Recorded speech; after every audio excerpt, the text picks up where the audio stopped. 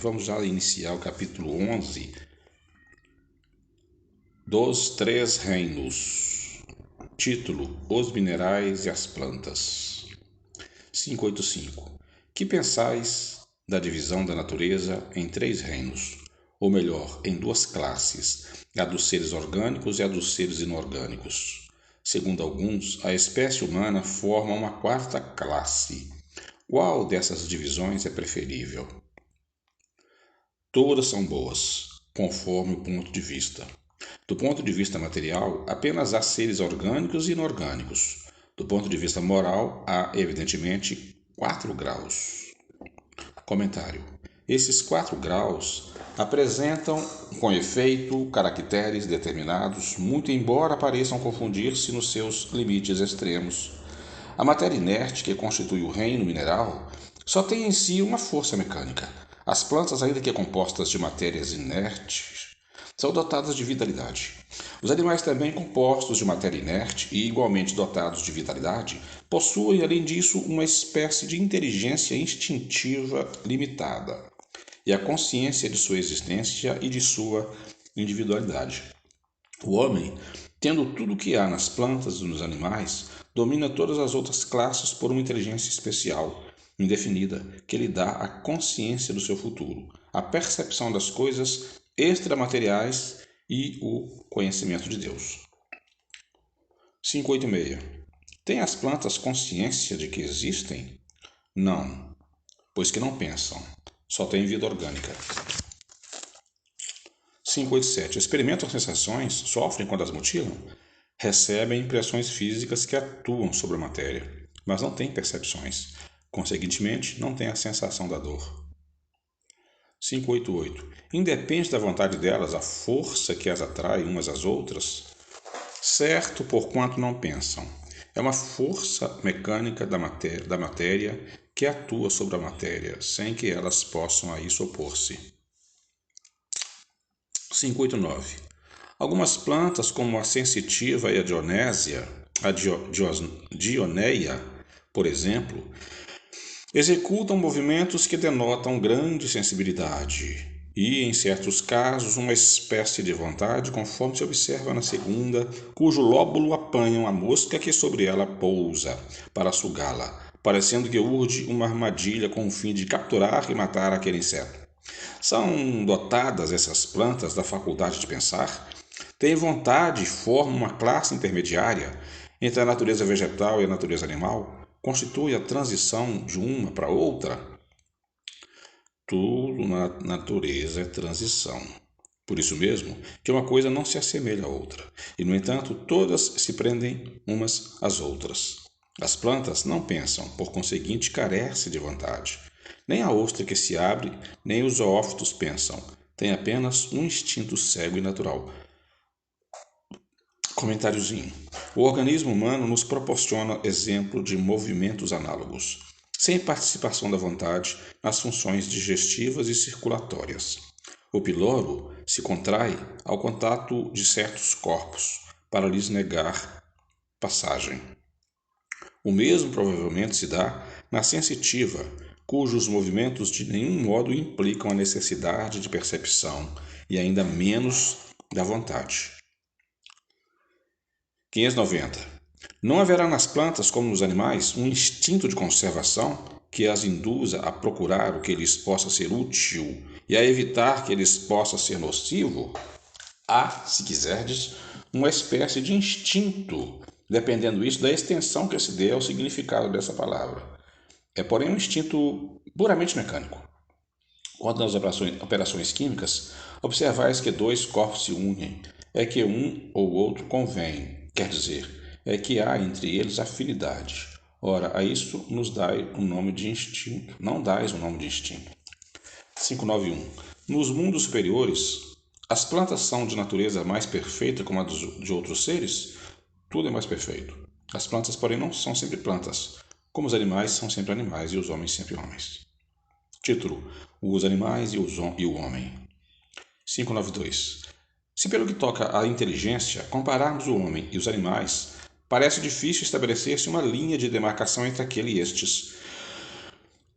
porquanto alguns animais mostram sob esse aspecto notória superioridade sobre certos homens. Pode essa linha de demarcação ser estabelecida de modo preciso? A esse respeito, resposta, né? A esse respeito é completo o desacordo entre os vossos filósofos. Querem uns que o homem seja um animal, e outros que o animal seja um homem. Estão todos em erro. O homem é um ser à parte, que desce muito baixo algumas vezes, e que pode também elevar-se muito alto, pelo físico e como os animais, e pelo bem dotado do que muitos destes. A natureza lhes deu tudo o que os homem é obrigado a inventar, com a sua inteligência para a satisfação de suas necessidades e para a sua conservação. Seu corpo se destrói como o dos animais, é certo, mas o seu espírito está assinado ao seu espírito está assinado um destino que só ele pode compreender, porque só ele é inteiramente livre.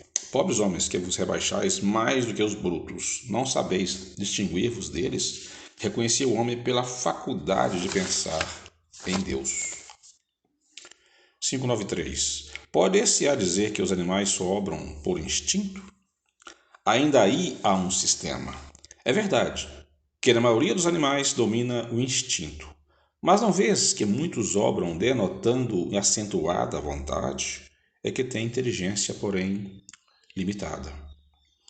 Comentário.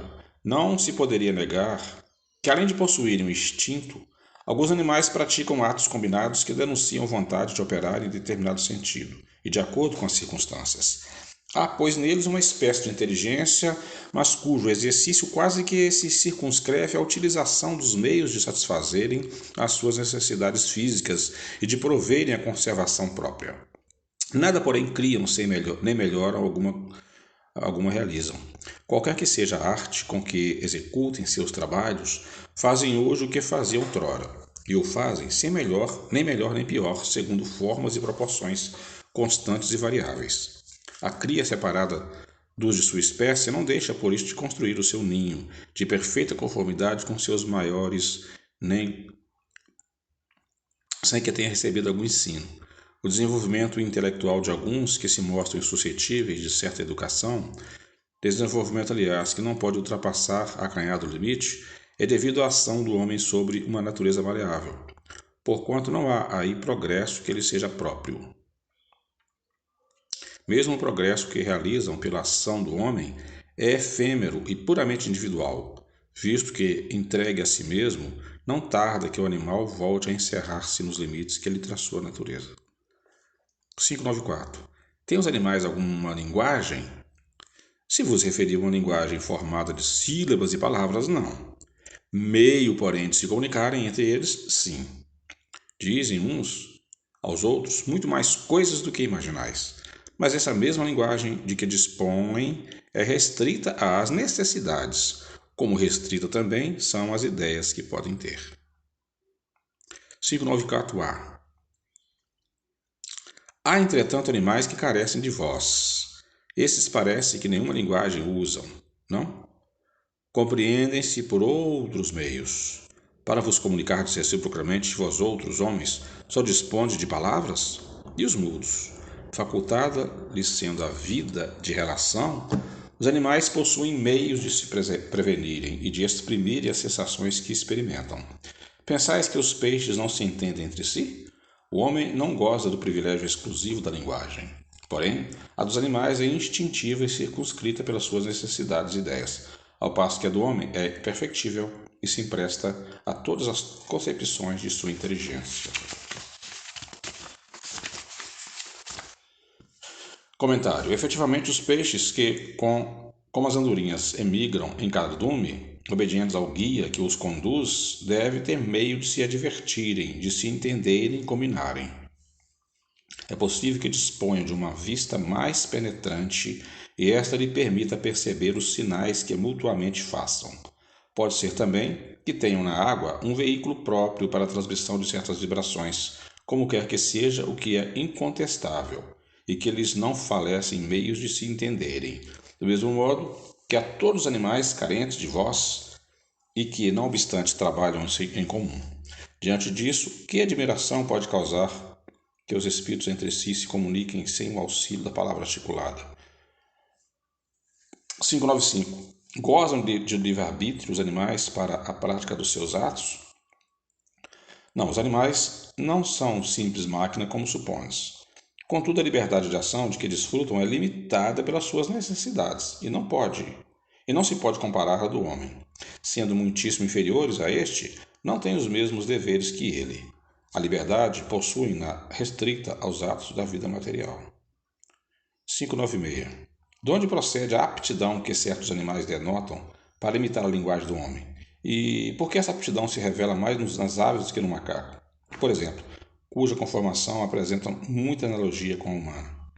Origina-se de uma particular conformação dos órgãos vocais, reforçada pelo instinto de imitação.